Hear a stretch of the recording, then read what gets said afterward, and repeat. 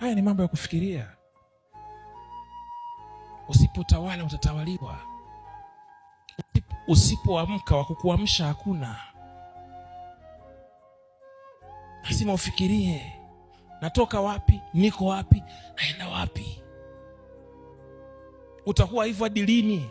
Hakuna wa kumlaumu. Ndugu alikuwa zamani. Narudia tena, hakuna wa kumlaumu. Ndugu alikuwa zamani.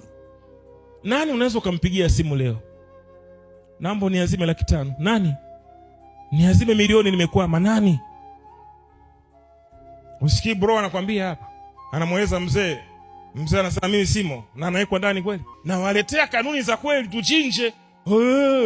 Ametoka wapi huyo? He was a Muslim huyo, Muislamu huyo, ana majini huyo.